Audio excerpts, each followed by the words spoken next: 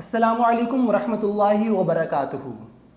आज मैं आप सबसे आप सल्लल्लाहु अलैहि वसल्लम की एक ऐसी सुन्नत के बारे में बात करना चाहूँगा जिसे वक्त गुज़रने के साथ साथ लोग भूलते जा रहे हैं। बल्कि भूलते भी नहीं, लोग उसको मायूब समझते हैं, लोग उसको रखना पसंद नहीं करते। जी, मैं बात कर रहा हूँ दाढ़ी के बारे में। दाढ़ी आप सल्लल्लाहु अलैहि वसल्लम की वो सुन्नत है जिसे 1,24,000 अंबियाए कराम ने रखा। लेकिन आज के दौर में आप देखें तो आपको 90 से 95% मुसलमान ऐसे नज़र आएंगे जो बग़ैर दाढ़ी के होंगे। और एक तो होता है कि सिर्फ सुन्नत को छोड़ना, एक होता है सुन्नत को मायूब समझना। मैं यकीन के साथ ये कह सकता हूँ कि आज अगर हम इस सुन्नत को नहीं रखते, इस सुन्नत को नहीं फॉलो कर रहे, तो हम सिर्फ उसको अनजान बनकर छोड़ नहीं रहे बल्कि हम मायूब समझते हैं। आजकल आप देखें कि कितने नौजवान ऐसे हैं मुसलमानों के जिन्होंने अपने चेहरों पर दाढ़ी को सजाया हुआ है। आप देखें, आपको 95% मुस्लिम नौजवान ऐसे मिलेंगे जो दाढ़ी से दूर भागते हैं। और सिर्फ दूर भागते नहीं हैं बल्कि जब उनके चेहरे पे कुछ दाढ़ी आ जाती है तो वो एक दूसरे को कहते हैं कि यार इसको कटवा लो, तुम कितने बुरे लग रहे हो। और फिर जब वो शख्स जाके अपनी दाढ़ी को कटवाता है तो वो ये समझता है कि हाँ, अब वो बहुत प्यारा लग रहा है। तो हम इसको सिर्फ छोड़ नहीं रहे बल्कि हम इस सुन्नत को मायूब समझ रहे हैं। तो आप ये सोचें कि इस सुन्नत को मायूब समझने का हमें कितना बड़ा गुनाह मिलेगा। अब मैं सबसे पहले आपको इस सुन्नत की अहमियत कुरान पाक से और आप सल्लल्लाहु अलैहि वसल्लम की अहदीस से बताता हूँ। उसके बाद मैं आपको मुआशरे का एक चेहरा दिखाऊंगा जो कि एक दाढ़ी रखने वाले को फेस करना पड़ता है। सबसे पहले हम आते हैं कुरान पाक की तरफ। कुरान पाक में डायरेक्टली तो दाढ़ी का सिर्फ एक बार जिक्र आया है, और वो जिक्र आया हज़रत हारून अलैहिस्सलाम हज़रत मूसा के वाक़े का कि हज़रत हारून ने कहा हज़रत मूसा से कि ए मेरी माँ के बेटे, मुझे मेरी दाढ़ी के बाल से और मेरे सर के बाल से ना पकड़। तो इसका मतलब था कि हारून अलैहिस्सलाम के चेहरे के ऊपर दाढ़ी थी।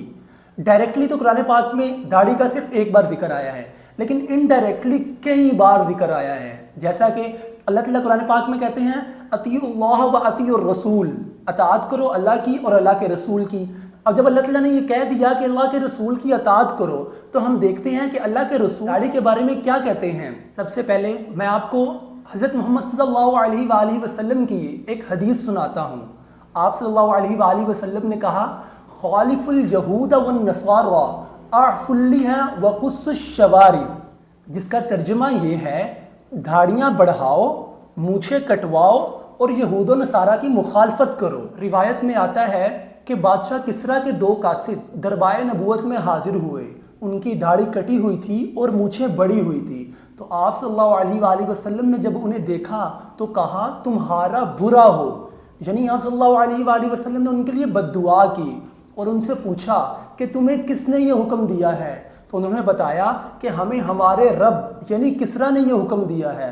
तो आप सल्लल्लाहु अलैहि वसल्लम ने कहा कि सुन लो, मुझे मेरे रब ने दाढ़ी बढ़ाने और मुझे काटने का हुक्म दिया है। तो आप देखें कि आज का मुसलमान हमारे रब अल्लाह ताला की बात मान रहा है या उन 2 कासिद का जो रब था किसरा, उसकी बात मान रहा है। आपको ये सुनकर ताज्जुब होगा कि दाढ़ी को काटने का अमल कब से शुरू किया गया। दाढ़ी को काटना दरअसल कौम लूत का फेल है, क्योंकि कौम लूत में मर्द से जिस्मानी ख्वाहिश को पूरा करता था, इसलिए उन लोगों ने दाढ़ियों को काटना शुरू कर दिया ताकि वो औरत जैसे लगे। दाढ़ी ना रखना दरअसल शैतान की अताअत करना है। अल्लाह ताला और शैतान के दरमियान एक मुकालमा है जो कि सूरह निसा आयत नंबर 18, 19, 20 में अल्लाह ताला ने मुसलमानों को बताया है।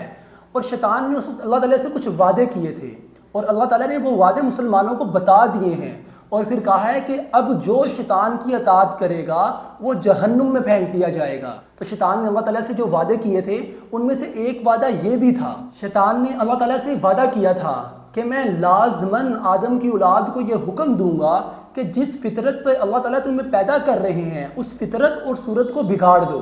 तो आज हम बिल्कुल अल्लाह ताला की फितरत को, अल्लाह ताला की दी गई सूरत को बिगाड़ रहे हैं।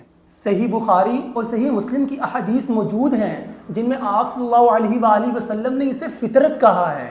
तो अगर आप फितरत के अगेंस्ट जाते हैं तो आप गुनाह कबीरा कर रहे होते हैं। तो दाढ़ी एक मुट्ठी से कम करना गुनाह कबीरा है। आप सल्लल्लाहु अलैहि वसल्लम की एक हदीस है کہ جس نے ہمارے علاوہ کسی اور کی مشابہت کی وہ ہم میں سے نہیں۔ تو اس طرح تو داڑھی کاٹنے سے ہم مسلمان ہونے سے بھی خارج ہو رہے ہیں، کیونکہ داڑھی کاٹ کر ہم یہود و نصارہ کی مشابہت کر رہے ہیں۔ اور آپ صلی اللہ علیہ وآلہ وسلم کی صحیح حدیث ہے کہ جو کسی دوسرے کی مشابہت کرے گا وہ ہم میں سے نہیں ہوگا، اور اس بات پر اجماع امت ہے۔ آج سے آپ 200-300 سال پہلے چل جائیں تو شاید روئے زمین پر آپ کو کوئی ایک بھی مسلمان ایسا نظر نہ آتا جس کے چہرے کے اوپر داڑھی نہیں ہوتی۔ یہ بدعت آج سے کوئی 150-200 سال پہلے سے شروع ہوئی ہے، اور کچھ لوگ اس کو کہتے ہیں کہ یہ اس زمانے کا کلچر تھا۔ نہیں، یہ اس زمانے کا کلچر نہیں تھا، یہ آپ صلی اللہ علیہ وسلم کا حکم تھا۔ اور آج ہمارے معاشرے میں لمحہ فکریہ یہ ہے کہ جب کوئی ایک نوجوان داڑھی کو رکھ لیتا ہے تو اسے بات بات پر ٹوکا جاتا ہے، اس کے لیے زندگی کو گزارنا واقعی میں مشکل کر دیا جاتا ہے۔ اس کو پوائنٹ آؤٹ کر کر کے کہ تم نے داڑھی رکھی ہے تم یہ کر رہے ہو، تم نے داڑھی رکھی ہے تم یہ کر رہے ہو۔ مجھے آپ ایک بات بتائیں، جھوٹ بولنا ہمیں ایز اے مسلم منع کیا گیا ہے یا صرف داڑھی رکھنے والے کو منع کیا گیا ہے؟ نماز کا پڑھنا ایز اے مسلم ہم پہ فرض ہے یا صرف ایک داڑھی رکھنے والے پر فرض ہے؟